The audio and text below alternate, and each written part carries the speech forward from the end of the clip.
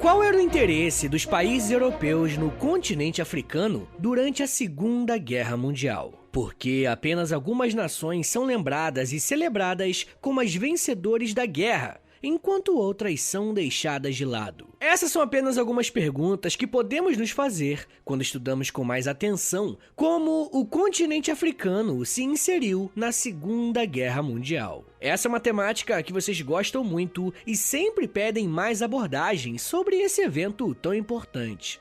Por mais que o nome da guerra tenha, mundial, muitas vezes focamos apenas no que aconteceu na Europa e vemos a perspectiva apenas dos países mais conhecidos. O episódio aqui de hoje tem como objetivo preencher essa lacuna de conteúdo e mostrar outros frontes de batalha e apontar qual foi a real importância dessas nações. Mesmo que esse seja o nosso objetivo central, como vamos ver, existem alguns desafios que acabamos encarando para tratar desse tema complexo.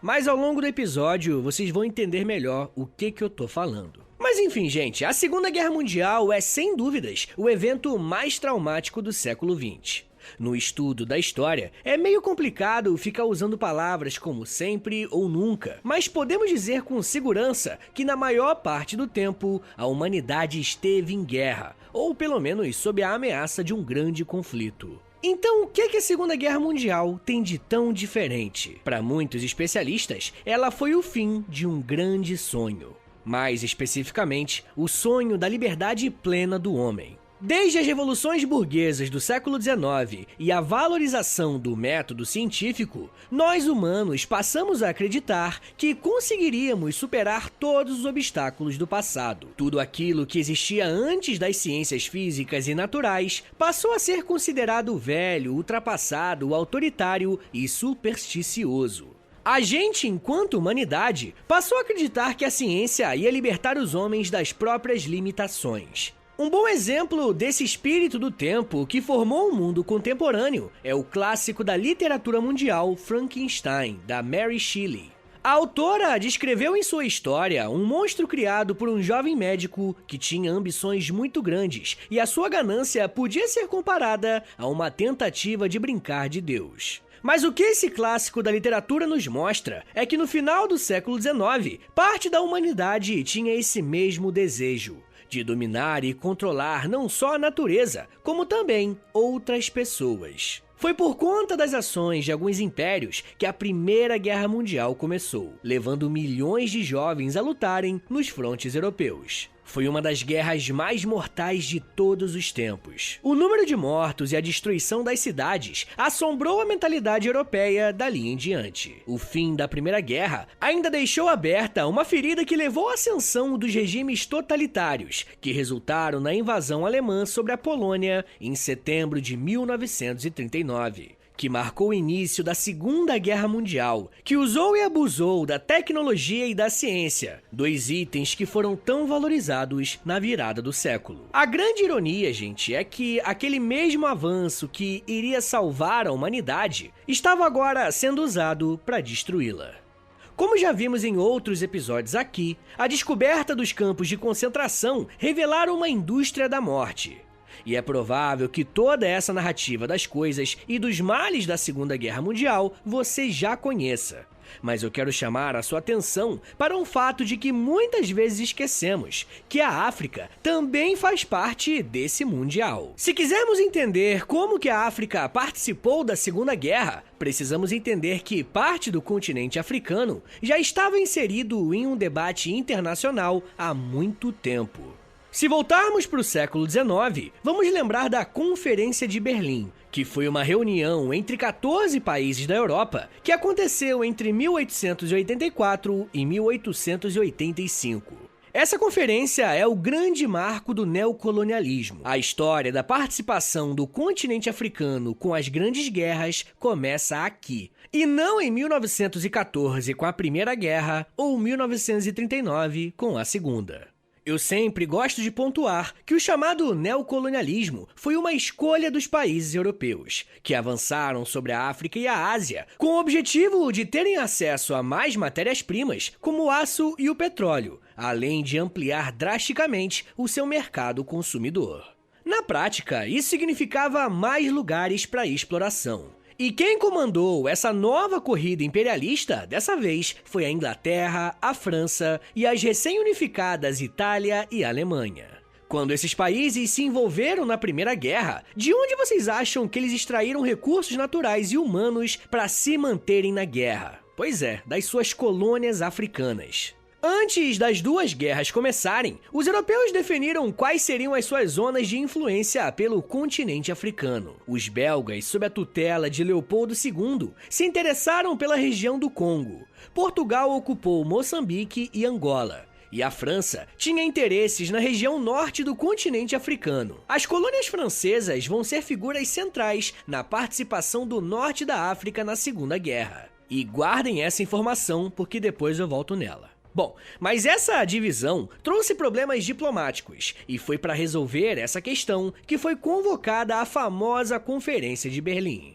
Nessa reunião, foi decidido que os territórios africanos seriam ocupados e divididos da forma que fosse melhor para os europeus. E sim, é exatamente isso que você ouviu. O critério escolhido para a divisão foi respeitar os interesses imperialistas. Quem fala um pouco mais sobre as justificativas usadas para legitimar essa questão é a historiadora Leila Leite Hernandes, ao dizer que, abre aspas, em nome de uma nobre missão civilizatória, foram instaurados mecanismos de desapropriação da terra, cobrança de impostos e formas de trabalho compulsório, acrescidos da violência simbólica constitutiva do racismo, ferindo o dinamismo histórico específico dos africanos e violentando as suas cosmogonias. Fecha aspas. Por mais que a justificativa para a exploração e colonização da África tenha sido uma suposta missão civilizatória, o que os europeus levaram foi mortes e destruição. O outro argumento usado era o da exploração eficiente dos recursos naturais.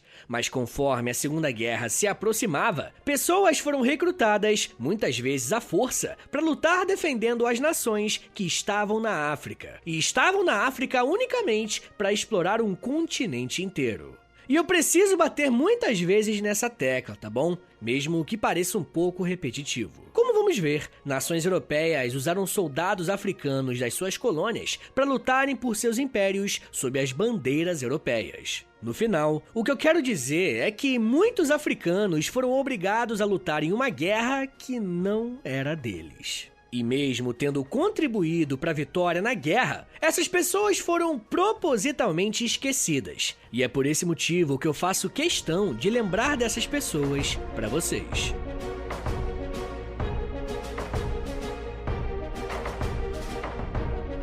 A Segunda Guerra Mundial começou oficialmente no dia 1º de setembro de 1939, com a invasão nazista à Polônia.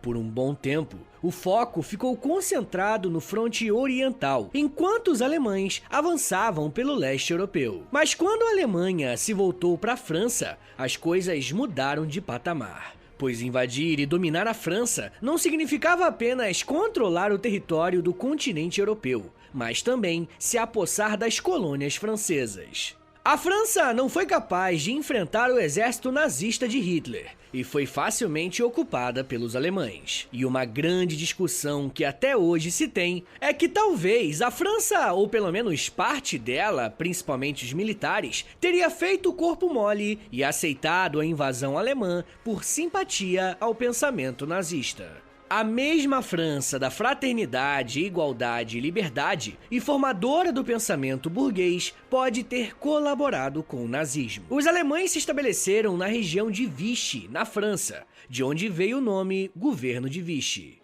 A ocupação durou de 1940 a 1944, e o governo de Vichy foi comandado por Philippe Pétain, com certa aceitação popular. A popularidade era tão grande que o lema da Revolução Francesa chegou a ser trocado por trabalho, pátria e família. Mas claro, houve resistência. Não foi toda a França que simpatizou com o governo nazista de Vichy. A resistência francesa, como ela ficou conhecida, lutou contra a ocupação nazista, dando apoio aos aliados e promovendo diversos tipos de sabotagem. E sabem onde ficou concentrado um dos principais pontos de resistência dos franceses? Em algumas das suas colônias na África. mais especificamente no Marrocos e na Argélia.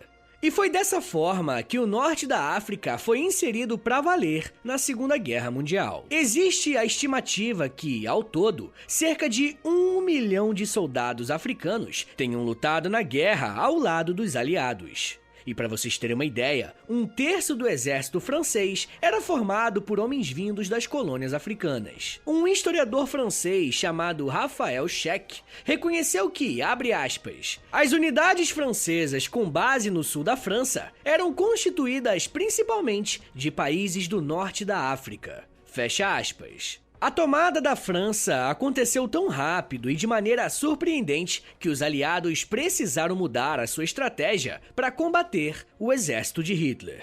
Inclusive, se vocês quiserem que futuramente eu faça um episódio sobre a França nazista, a França de Vichy, é só deixar um comentário na última foto do Instagram lá no História em Meia Hora, é @História em Meia Hora mesmo, que aí eu vou saber que vocês querem e ainda gera engajamento lá pra mim, beleza?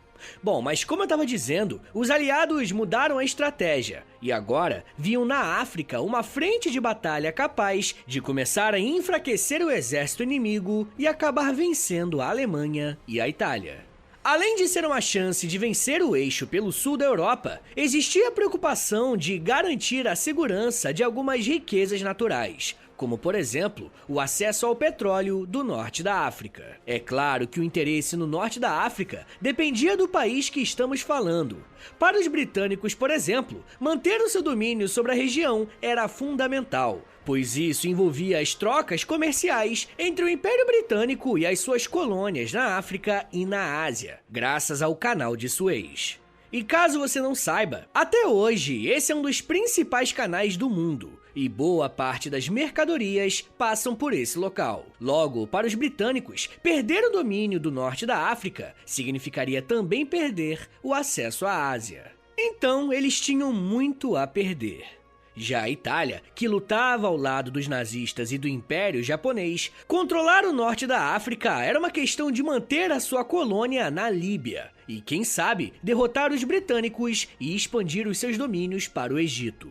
Vocês estão percebendo que, mesmo falando de 1940, parece que estamos usando os mesmos termos do neocolonialismo do século XIX? Caso os italianos conseguissem vencer os britânicos, essa seria uma vitória muito valiosa para enfraquecer o exército aliado. As batalhas no norte africano tiveram início em setembro de 1940. E podemos dividir esses conflitos em 3 fases. Primeiro, a campanha do Deserto Ocidental, que aconteceu na região oeste do Egito e leste da Líbia. Segundo, a Operação Tocha na Argélia e no Marrocos. E terceiro, a campanha na Tunísia. A chamada Operação Deserto Ocidental começou quando o 10º Exército Italiano atacou as tropas britânicas que estavam em minoria no lado oeste do Egito. O objetivo da ofensiva do eixo era dominar o mar Mediterrâneo, dominando a região de Gibraltar até o Canal de Suez. Se isso fosse cumprido, seria mais fácil acessar as reservas de petróleo do Oriente Médio. Caso isso fosse feito, os aliados teriam graves problemas com o suprimento de combustíveis, armamentos e de transporte de soldados. O exército italiano contava com 200 mil homens que avançaram sobre o Egito, que a essa altura era um protetorado britânico.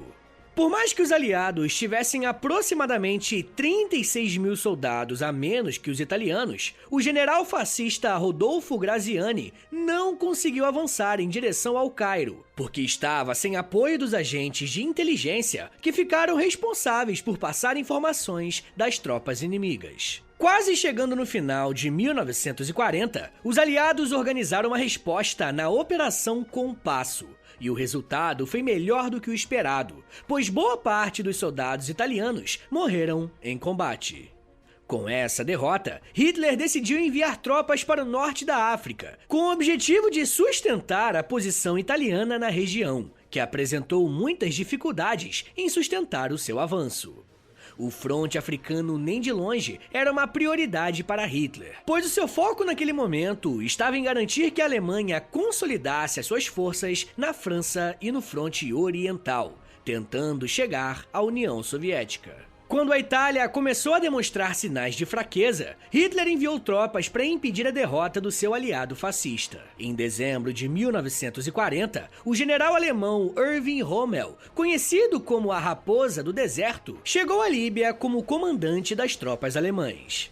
As unidades alemãs foram rapidamente abastecidas com mais soldados, até chegarem ao tamanho de uma tropa de exército que recebeu o nome de Deutsches Afrika Korps, as tropas alemãs da África.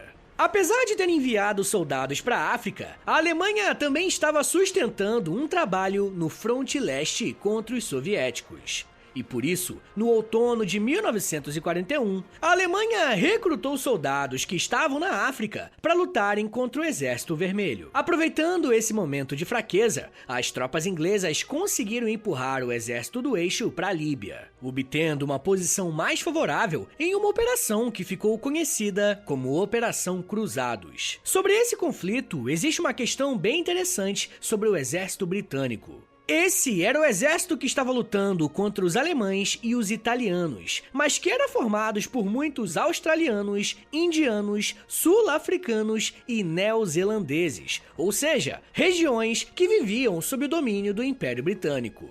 Assim como a França fazia com os africanos, esses soldados eram recrutados de todas as partes do Império, e na maioria das vezes de forma compulsória. Hoje, quando olhamos para o passado e vemos os aliados como os heróis que derrotaram o terrível Estado nazista, podemos acabar esquecendo que estamos falando de grandes impérios que, por décadas, financiaram instabilidade interna de países estratégicos e conquistaram território através do uso da força e com acordos duvidosos com as elites locais. Isso resultou, por exemplo, que muitos homens dessas colônias tiveram que lutar não pela própria nação, mas sim por um império de longe. Por mais que essa tenha sido uma batalha vencida pelos aliados, foi um longo processo. Depois de conseguirem uma estabilidade na luta com os soviéticos, os alemães voltaram a enviar soldados e armamentos para o norte da África. Junto com as tropas italianas, o exército do eixo conseguiu reverter o revés da Operação Cruzados e empurrou os britânicos de volta para a fronteira com o Egito, numa operação que recebeu o nome de Operação Veneza. A campanha no norte da África estava se mostrando mais difícil e custosa do que o esperado. E esse fronte acabou representando uma grande derrota para a Alemanha, mas uma derrota fatal para a Itália. Eu ainda quero falar mais sobre como que aconteceu essas derrotas e contar para vocês o que rolou nas duas outras fases desse conflito na África. Mas me dá um minutinho aí, tá, gente, que daqui a pouco a gente volta e eu falo um pouco mais sobre a França, resistência, cinema, ajuda e reviravolta. Segura aí, que é um minutinho só.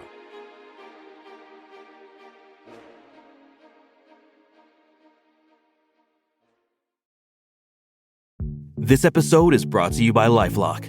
During tax season, your personal info travels to a lot of places. Between payroll, your tax consultant, and the IRS. If your W-2 gets exposed, that's just the ticket for identity thieves. That's why LifeLock monitors millions of data points every second. If your identity is stolen, they'll fix it guaranteed or your money back.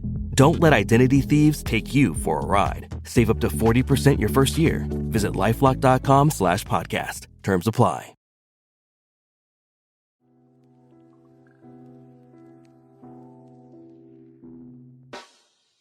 O História em Meia Hora é parceiro da Loja.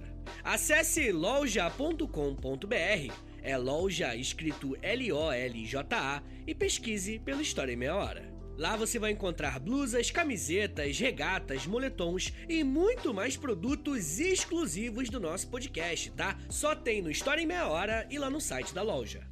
Tem uma blusa que é uma mistura do Lampião com a Kira, tem uma que é da Cadela Laika, tem uma que é o Street Fighter, só que com figuras históricas do Brasil. Gente, tem muita coisa irada por lá. Lembrando, é claro, que quando você compra um produto na loja, além de você ficar todo bonitão ou bonitona, você ajuda o História em Meia Hora a continuar de pé. Então, obrigado. Acesse agora loja.com.br e pesquise por História em Meia Hora. loja.com.br e digita na busca História em Meia Hora. Valeu, gente!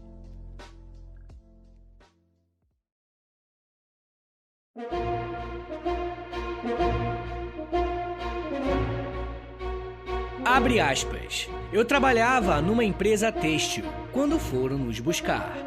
Depois foram a outras empresas, como a Shanik, a Ontara e a Archevin. Todos os jovens trabalhadores foram recrutados. Nenhum deles tinha mais de 30 anos. Quando partimos, pensei que nunca mais voltaria a ver a minha família e que o meu corpo seria enterrado bem longe do meu país. Disseram-nos que íamos lutar contra os japoneses, que estavam do lado dos nazis. Fecha aspas. O que você acabou de ouvir é um relato de um homem chamado Albert Kuniuki, que atualmente tem 95 anos de idade e foi um dos homens congoleses recrutados pelo governo da Bélgica para lutar contra as forças do eixo. Esse é apenas mais um exemplo de alguém que foi tirado do seu país para lutar em um lugar desconhecido. A história de Albert revela uma realidade perversa, porque muitos africanos acabaram sofrendo 2 vezes porque tinham em seu país uma invasão colonial. E por isso, a guerra foi levada até eles, como é o caso do fronte no norte da África. Mas por outro lado, milhares de africanos foram para a Europa e para a Ásia lutar, e muitos deles não voltaram para casa. Mas aqueles que foram, lutaram e sobreviveram são considerados heróis de guerra, certo? Errado. Infelizmente, a realidade não é essa. O próprio Albert Kuniuki conta que ele até recebe uma aposentadoria do governo belga por seus serviços prestados na guerra. O grande problema é que esse valor é de apenas 5 euros por mês. E você não ouviu errado. Um ex-combatente congolês que defendeu os interesses da Bélgica recebe 5 euros por mês. Mas a Bélgica não foi o único país a tratar os seus soldados assim. A Inglaterra fez o mesmo, através da figura do próprio Winston Churchill, que desprezou e usou os soldados africanos como bucha de canhão. Inclusive, eu quero falar mais sobre esse acontecimento especificamente no episódio exclusivo para os apoiadores do História em Meia Hora lá no Apoia-se, beleza? Se você quiser ouvir esse episódio e os outros quase 100 episódios exclusivos que já tem por lá, é só assinar apoia.se/História em Meia Hora. Que além de receber esse conteúdo exclusivo, você também ajuda o História Meia Hora a continuar de pé. Mas enfim, gente, falar da Inglaterra é importante, porque durante a fase final da campanha do Deserto Ocidental, eles conseguiram segurar as tropas alemãs e italianas, ao ponto de obrigar as forças do eixo a baterem retirada do Egito de forma definitiva. Isso ocorreu em outubro de 1942. Mas o Egito não era o único foco de combate no norte da África. Com a derrota no Cairo, os combates se concentraram por um período no Marrocos e na Argélia. E os combates que aconteceram ali integraram a chamada Operação Tocha, que teve início em novembro de 1942. Essa operação foi marcada pela presença dos Estados Unidos, que já tinham entrado na guerra e agora enviavam soldados para a Europa e para a África. Um outro diferencial das batalhas que aconteceram nessa operação foi o uso massivo de navios de guerra, que eram enviados para invadir as bases da França de Vichy, no Marrocos e na Argélia. Uma das cidades mais importantes desse conflito foi Casablanca, localizada no Marrocos. Inclusive, um dos filmes mais clássicos da história do cinema foi filmado durante a Segunda Guerra Mundial, olha que doideira, e retrata justamente um triângulo amoroso entre personagens que estiveram envolvidos na Segunda Guerra. O filme chamado Casablanca foi lançado em 1942 e foi entendido como uma mensagem patriótica para os estadunidenses, mas por outro lado, os nazistas acharam um enorme desrespeito. Afinal, o filme os representa como muito mais fracos do que aquilo que eles se vendiam. E é legal ver como que o cinema foi usado também como uma estratégia de conflito. Os aliados não esperavam encontrar muita resistência no Marrocos ou na Argélia, uma vez que os italianos e os alemães vinham de derrotas no Egito. Porém, o que se viu ali não foi nenhum passeio no parque, tá? A Operação Tocha se mostrou muito mais complicada e sangrenta do que era imaginado. Ao todo, cada lado na guerra perdeu aproximadamente 2.000 homens, além de mais de 30 navios que foram afundados. Os aliados só conseguiram uma reviravolta nessa operação graças à ajuda dos argelinos. Na cidade de Argel, a capital da Argélia, uma força de resistência local foi organizada e eles conseguiram dar uma espécie de golpe de estado na França de Vichy, que estava governando aquele local. Sem o poder político na região, os aliados conseguiram neutralizar por completo tanto os alemães quanto os italianos e venceram mais essa posição no fronte do norte da África.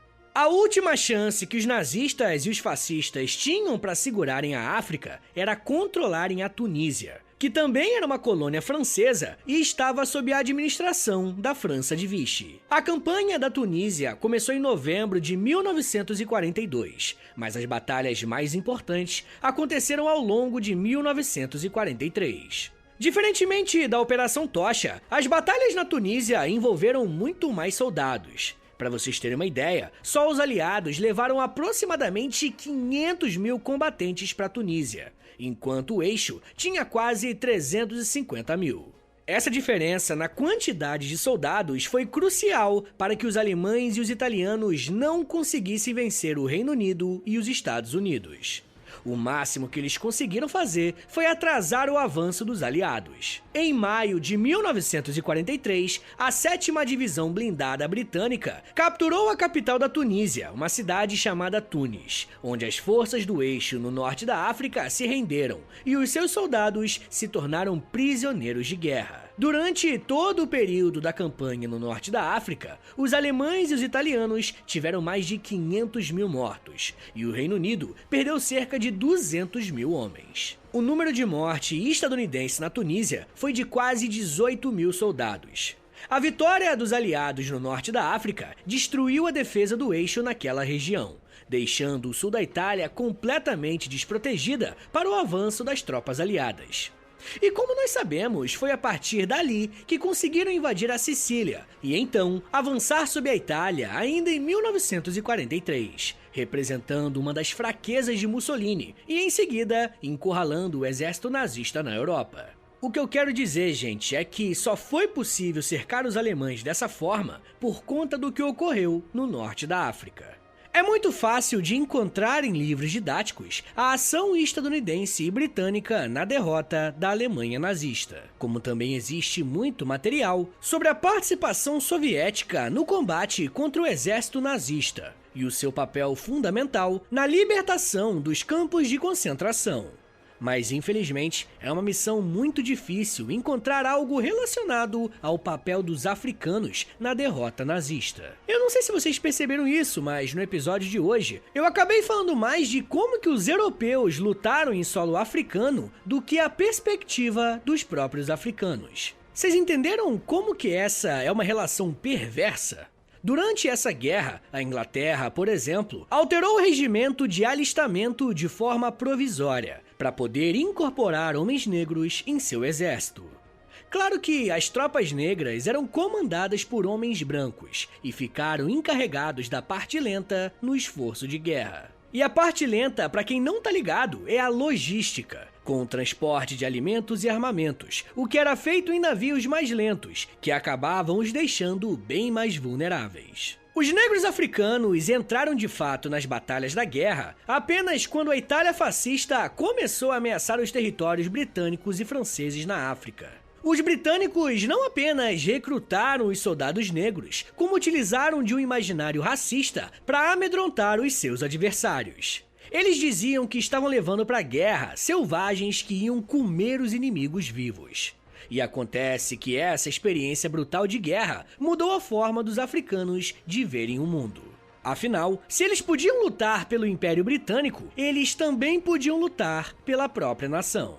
Se eles podiam enfrentar os homens brancos e até vencê-los, por que não fazer o mesmo em seu próprio território, tá ligado? Segundo o jornalista alemão Karl Russell, especialista nos estudos da África Ocidental, abre aspas, o fato dos soldados coloniais terem testemunhado pela primeira vez que a chamada raça superior sofreu e morreu na lama e na imundície, mostrou-lhes que não há diferenças entre as pessoas. Isso fez com que muitos apoiassem os movimentos independentistas nos seus países. Fecha aspas. E é por isso que estudar a África na Segunda Guerra é um ótimo caminho para pensarmos nos processos de independência que começaram a estourar em diversos países africanos logo após a Segunda Guerra. Com isso, teve o início do processo que nós chamamos de descolonização. O evento mais emblemático desse período foi a independência da Argélia, quando o povo argelino conseguiu expulsar os colonizadores franceses do seu território, em uma batalha que foi registrada em um dos filmes mais épicos da história do cinema. Mas isso já é um papo para uma outra meia hora.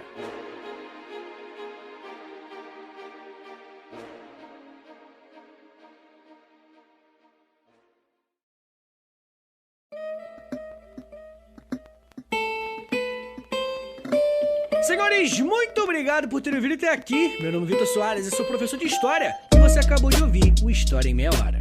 Eu gosto muito de falar de África e de Segunda Guerra, mas vai ser confuso isso aqui, né? Porque se por um lado o episódio de África cai nos plays, os episódios de Segunda Guerra normalmente têm bons números, então vai ser paradoxo isso aqui, não sei como é que vai ser. Mas de qualquer forma, me ajuda, rapaziada! Compartilha esse episódio aqui, por favor, espalha a palavra do História em Meia Hora, posta nos stories do Instagram, e aí se me marca no @História em Meia Hora, ou você pode também postar lá no Twitter, e aí se me marca no @H30podcast. Se você gosta do História em Meia Hora, se você quer ver esse podcast por muito tempo de pé ainda, dá uma passada lá no nosso Apoia-se, tá bom? É apoia.se/História em Meia Hora, que lá tem conteúdo exclusivo, tem Clube do Livro, tem conteúdo diário no Instagram, tem episódios exclusivos lá de podcast, tem muita coisa legal. Entra em apoia.se/História em Meia Hora, que você vai ver os planos lá bonitinho, claro, né? Se você quiser e puder me ajudar, hein? Pelo amor de Deus. Mas muita gente pediu pra fazer um Pix, então anota aí o meu Pix e o meu contato. Qualquer valor é muito bem-vindo, tá? Agradeço de verdade. É historiaemmeiahora@gmail.com, tá bom? Rapaziada, eu quero te convidar também a entrar na nossa lojinha. A gente tem uma lojinha que a gente vende blusa, moletom, várias coisas, estampas totalmente originais. É na loja. É uma parceria que a gente tem com a loja. Entra lá em loja.com.br. É LOLJA. E aí, quando você entrar na loja.com.br, você digita História Meia Hora, que você vai chegar direto na nossa lojinha, tá bom? Uma outra coisa que eu vou te pedir, e isso aqui não custa nada, é R$0, tá bom? É você clicar em 5 estrelinhas aí, por favor, no Spotify. Depois você clica, é a avaliação, né, que você dá. Depois você clica em seguir. E por último, você clica no sininho, tá bom? Tem um sininho aí que vai fazer o Spotify te enviar uma notificação diretamente pro seu celular quando tiver episódio novo, tá? Rapaziada, lembrando que o História em Meia Hora ele faz parte de um grupo de podcasts educativos em meia hora. Já tem o Geografia em Meia Hora, já tem o Astronomia em Meia Hora, já tem o Biologia em Meia Hora, que é mais recente, é mais novinho, e tem o História em Meia Hora. Tem mais vindo aí, tá bom? Tem mais de outras áreas do conhecimento, então segue todo mundo aí. Se você gosta de Biologia, de Astronomia, de Geografia, dá uma chance pra nós, porque eu acho que você vai gostar bastante, porque é o mesmo formato do História em Meia Hora, tá ligado? Meia horinha, 15 minutinhos, um intervalo, 15 minutinhos, só que, né, de biologia, de geografia e de astronomia, tá bom? Então é isso, gente, me siga nas redes sociais, é @Prof. Vitor Soares no Twitter, no Instagram e lá no TikTok. Quase todo dia eu posto um videozinho educativo no TikTok também, tá bom? Então é isso, muito obrigado, um beijo, até semana que vem! E valeu!